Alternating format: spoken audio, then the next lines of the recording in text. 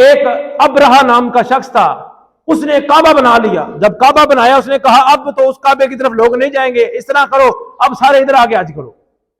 جیسے آج کل انہوں نے انویسٹمنٹ کا ذریعہ بنایا ہوا ہے نا، کعبۃ اللہ کو، حج بیت اللہ کو انہوں نے انویسٹمنٹ کا ذریعہ بنایا ہوا ہے. بارگاہ مصطفیٰ روضہ رسول کو انویسٹمنٹ کا ذریعہ بنایا. وہ کہتے ہیں ہمارا یہ کاروبار ہے، لیکن یہ بات ذہن میں رکھیں آپ، وہ کاروبار نہیں ہے. وہ ابرا نے بھی کاروبار سمجھا تھا. ابرا نے کہا ہاں میں بھی یہ کاروبار کروں گا، لوگ یہاں آتے ہیں وہاں پہ آیا کریں، وہاں پہ حج کریں. اس نے زیادہ اچھا کر کے بنایا.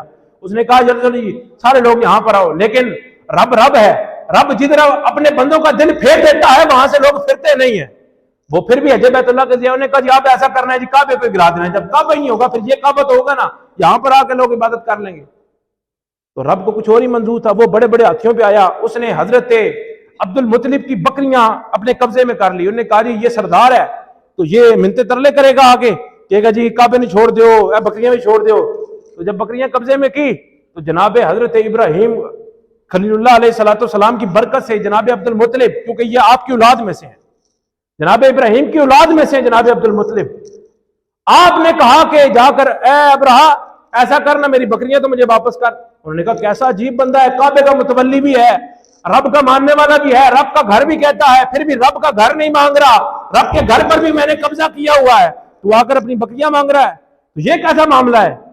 حضرت عبد المطلب کیونکہ رب کے ماننے والے تھے، ابراہیم خلیل اللہ کا خون ہے، جناب اسماعیل ذبیح اللہ کا خون ہے، تو آپ نے جواب دیا. انہوں نے کہا یہ بکریاں ہیں میری اور وہ گھر ہے رب کا، بکریوں کا مالک میں ہوں، اس گھر کا مالک رب ہے، میں بکریاں مانگ رہا ہوں، رب تجھ سے اپنا گھر خود ہی لے لے گا. اب جو میں بات کرنے لگا ہوں یہ موضوع پر واپس آ رہا ہوں. یہ چھوٹے چھوٹے پرندے جن کو ابابیل کہتے ہیں، رب نے ان کو تحفہ بھی تو دینا تھا نا، اعزاز بھی تو دینا تھا نا، رب نے ایک مرتبہ بھی تو دینا تھا، ایک مقام بھی تو دینا تھا. یہ ہاتھی پہ آ رہا، رب تعالیٰ نے کہا ابابیل آ جا اب سامنے. کہا حکم اور رب جلیل. کہا تو میرے خلیل پر چھوٹے چھوٹی چونوں سے ایک ایک قطرہ پانی اس کی آگ پر ڈالتی رہی، اور وجہ تم نے یہ بتائی کہ میں چاہ رہی تھی کہ آگ بجھ جائے، جناب ابراہیم کی آگ بجھ جائے، ان کو راحت مل جائے، ان کو سکون مل جائے. رب نے کہا آج تجھے بڑا کام لینے لگا ہوں، آج تجھے تحفہ دینے لگا ہوں. کہا آپ کا حکم اور رب جلیل. کہا تجھے تحفہ یہ ہے کہ تو رب کے کعبے کی، رب کے گھر کی حفاظت کرے گی، رب کے گھر کی حفاظت کرے گی. کہا کیا کرنا ہے، یہ تو بڑے بڑے ہاتھی ہیں.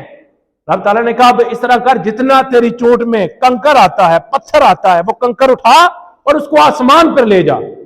اب ہم نے لوگوں کو بتانا ہے جو جناب ابراہیم کی مدد کرے، بے شک چھوٹا سا پرندہ ہی کیوں نہ ہو، جب وہ نبی کی مدد کر دیتی ہے ہم اس کو طاقت کتنی دے دیتے ہیں، ہم اس کو طاقت کتنی دیتے ہیں. ابابیل آئی، چھوٹا سا کنکر اٹھایا، آسمان پر گئی، چھوڑ دیا. جب چھوڑا تو وہ ابرا کے لشکر پر گرا، اور ایسا گرتا جیسے پہاڑ اوپر سے گر رہا ہے، اور گرانے والی کون ہے؟ چھوٹا سا پرندہ ابابیل. پھر رب تعالیٰ نے کہا نا، پھر ہم نے اسی لیے تو اس کو کہا کہ جاؤ تاکہ قرآن میں ایک سورت آ جائے، سورہ فیل. کیا آ جائے؟ ایک سورت آ جائے، الم تر کیف فعل ربک باصحاب الفیل الم یجعل کیدہم فی تضلیل فارسل علیہم طیرا ابابیل. پھر ہم نے کس کو بھیجا؟ ابابیل کو بھیجا. عربی زبان کی عربی لغت کے حساب سے کہ رب نے اپنے خاص پرندے کو بھیجا. اپنے اب رب اگر خاص پرندہ کہہ دیتا تب بھی بات سمجھ آ جاتی. یہ خاص بنا کیوں؟ کیونکہ اس نے جناب ابراہیم کی مدد کی تھی، یہ خاص بن گیا. رب نے اس پرندے کو بھی کہا یہ پرندہ خاص ہے، طیرن، یہ خاص پرندہ. رب تعالیٰ سے کہتے ہیں اللہ بس ٹھیک ہے خاص پرندہ ہو گیا. رب نے کہا نہیں، جو ہمارے ابراہیم کی مدد کر رہا ہے، ہمارے بندے کی مدد کر رہا ہے، ہمارے نبی کی مدد کر رہا ہے، ہمارے خلیل کی مدد کر رہا ہے، ہم اس قرآن میں اس کا نام بھی لکھیں گے. پھر رب تعالیٰ نے کہا طیرن ابابیل، ہم نے مقدس پرندے، پاکیزہ پرندے، چنے ہوئے پرندے، عظمت والے پرندوں کو بھیجا جس کا نام ابابیل ہے. رب نسلوں کو بھی یہ اعزاز بخش دیتا ہے